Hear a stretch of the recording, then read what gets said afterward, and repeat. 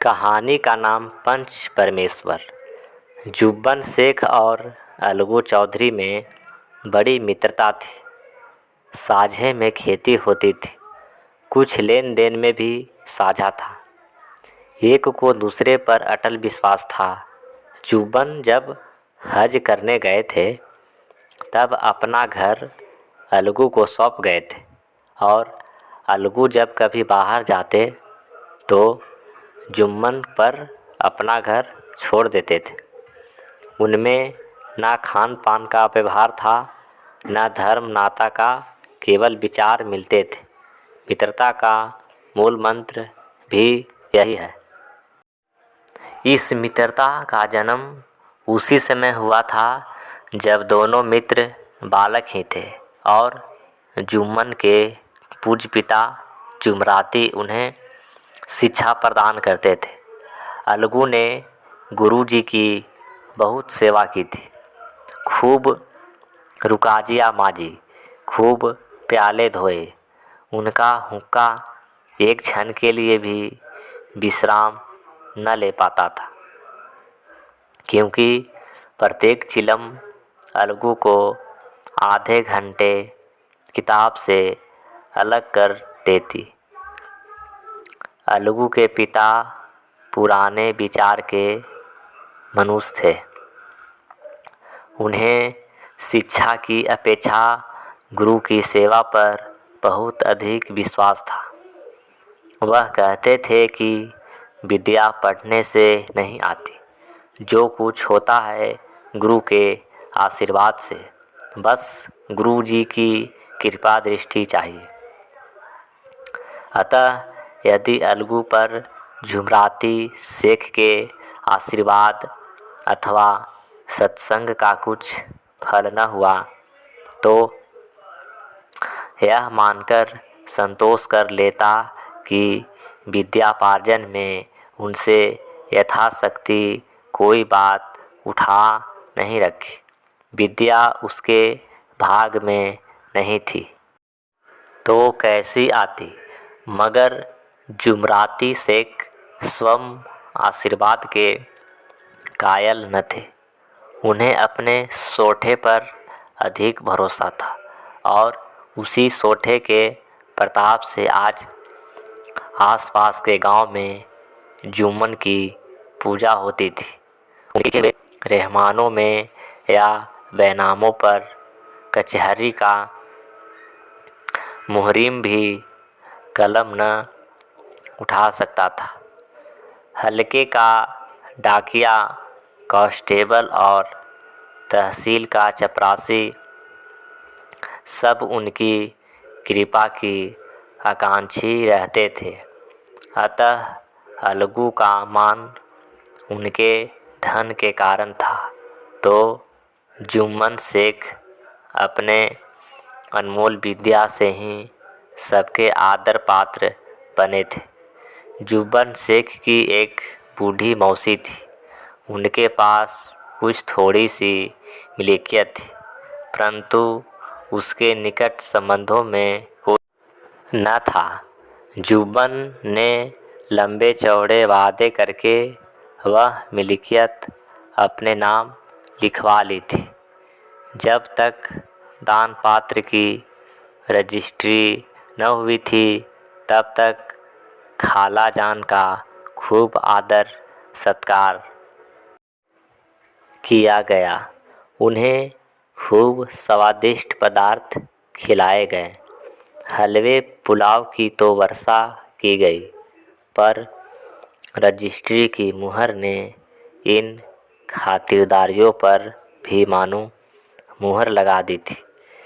जुब्बन की पत्नी करीमन रोटियों के साथ कड़वी बातें के कुछ तेज तीखे सालन भी देने लगी। जुम्मन शेख भी निष्ठुर हो गए। अब बेचारी खाला जान को प्रायः नियत ही ऐसी बातें सुननी पड़ती थी। बुढ़िया न जाने कब तक जिएगी।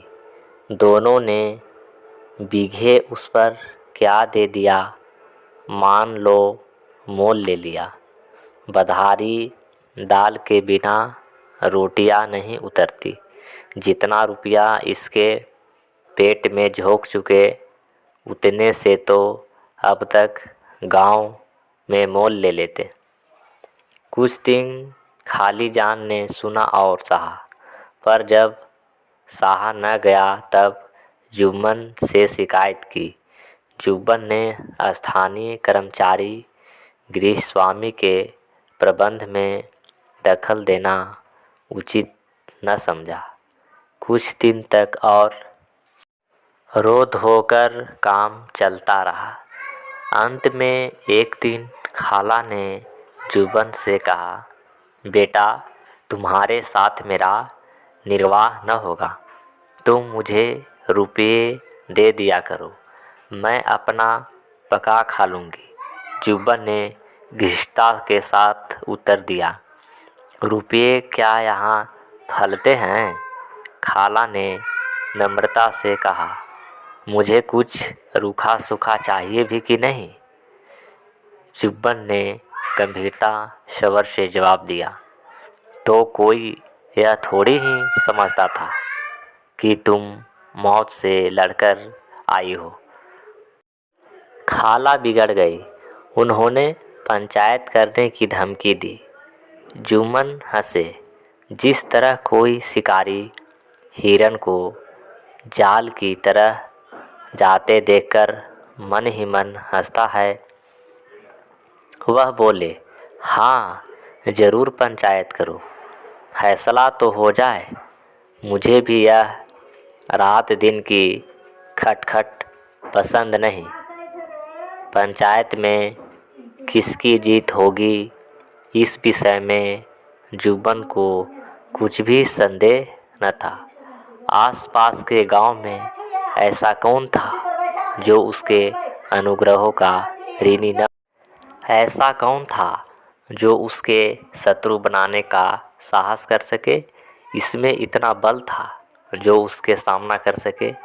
आसमान के फरिश्ते तो पंचायत करने आएंगे नहीं।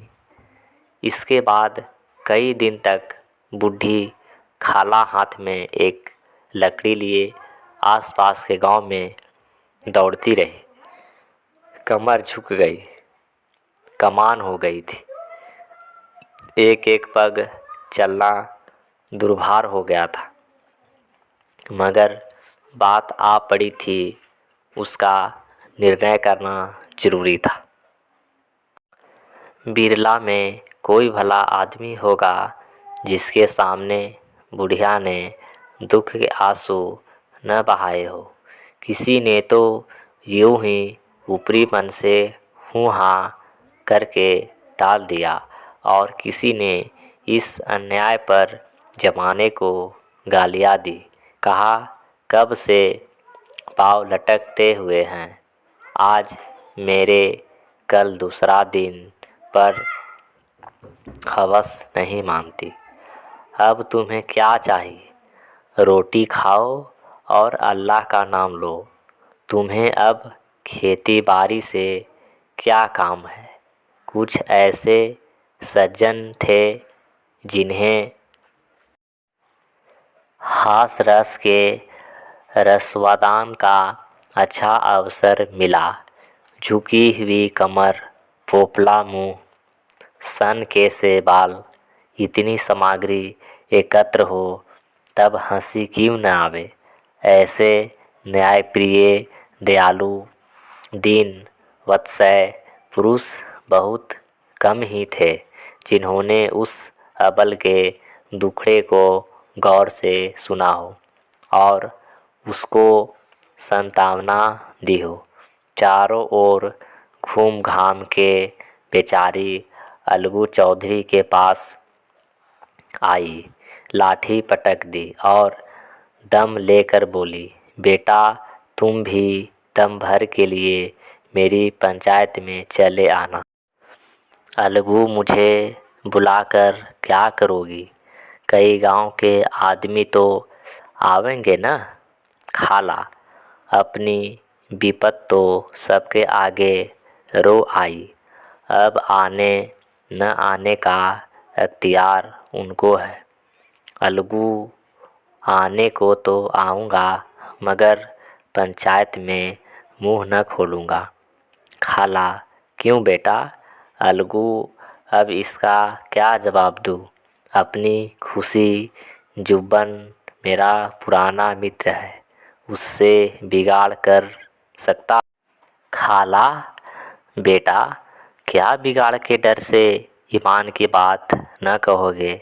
हमारे सोए हुए धर्म ज्ञान की सारी संपत्ति लूट जाए तो उसे खबर नहीं होती, परंतु ललकार सुनकर वह सचेत हो जाता है, फिर उसे कोई जीत नहीं सकता। अलगू इस सवाल का कोई उत्तर न दिया, पर उसके हृदय में ये शब्द गूंज रहे थे, क्या बिगाड़ के डर से ईमान की बात न कहोगे? संध्या समय एक पेड़ के नीचे